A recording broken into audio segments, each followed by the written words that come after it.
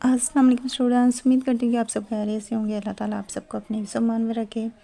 So students, आज मैं आपके साथ शेयर करने वाली हूँ 10th क्लास जर्नल मैथ का गेस्ट पेपर। और इस गेस्ट पेपर में आपको चैप्टर वाइज सारे ही क्वेश्चंस बताऊँगी, शॉर्ट क्वेश्चंस, लॉन्ग क्वेश्चंस, जो कि आपने प्रिपेयर करने हैं। जैसे कि आपका अभी पेपर बेहद नज़दीक है, तो उससे पहले आपने इन क्वेश्चंस की लाजमी प्रैक्टिस करनी है।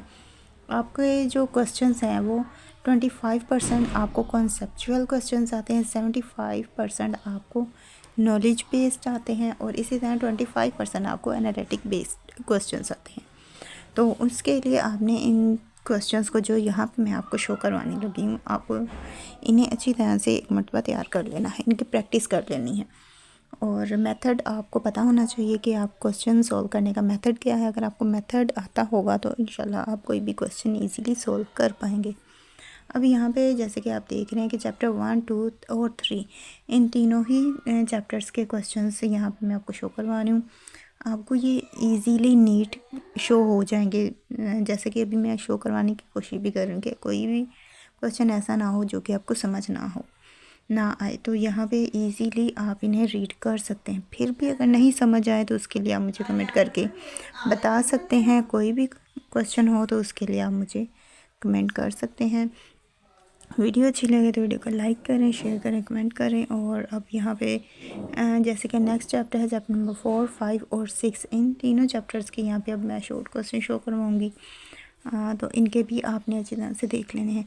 सारे ही शॉर्ट क्वेश्चंस पहले शो करवाऊँगी और उसके बाद मैं आपको सारे ही लॉन्ग क्वेश्चंस शो करवाऊँगी, और वो भी इसी तरह चैप्टर वाइज होंगे ताकि आपको ढूंढने में मुश्किल पेश ना आए। और यहाँ फिर आप यहाँ से ईज़िली स्क्रीनशॉट भी इसका ले सकते हैं। तो यहाँ से आपको इजीली सारे क्वेश्चंस तैयार हो जाएंगे।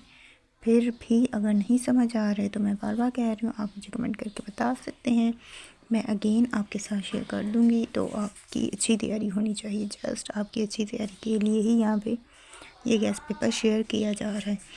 और ये हो गए। अब नेक्स्ट है हमारे, नेक्स्ट जो क्वेश्चन है चैप्टर नंबर 7, 8, 9 और 10 के हैं। तो इनके ये शॉर्ट क्वेश्चन हैं। अब ये भी आपने नोट कर लेने हैं। पहले सारे ही हम शॉर्ट क्वेश्चंस करेंगे, देन हम लॉन्ग क्वेश्चंस की तरफ चलेंगे। और ये हैं सारे शॉर्ट क्वेश्चंस।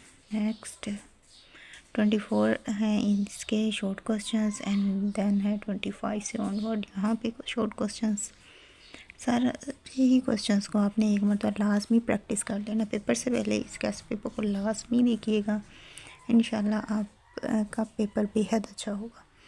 तो अब मोस्ट इम्पोर्टेंट डेफिनेशंस की बात कर लेते हैं। शॉर्ट क्वेश्चंस तो हमारे हो गए, तो अब मोस्ट इम्पोर्टेंट डेफिनेशंस जो हैं वो अब यहाँ पे आपको मैं शो करवा रही हूँ। इन डेफिनेशंस को भी आपने याद कर लेना है, अच्छी तरह से याद कीजिएगा ताकि आपको कंप्लीट मार्क्स मिल सके, आपकी प्रिपरेशन 100% हो सके।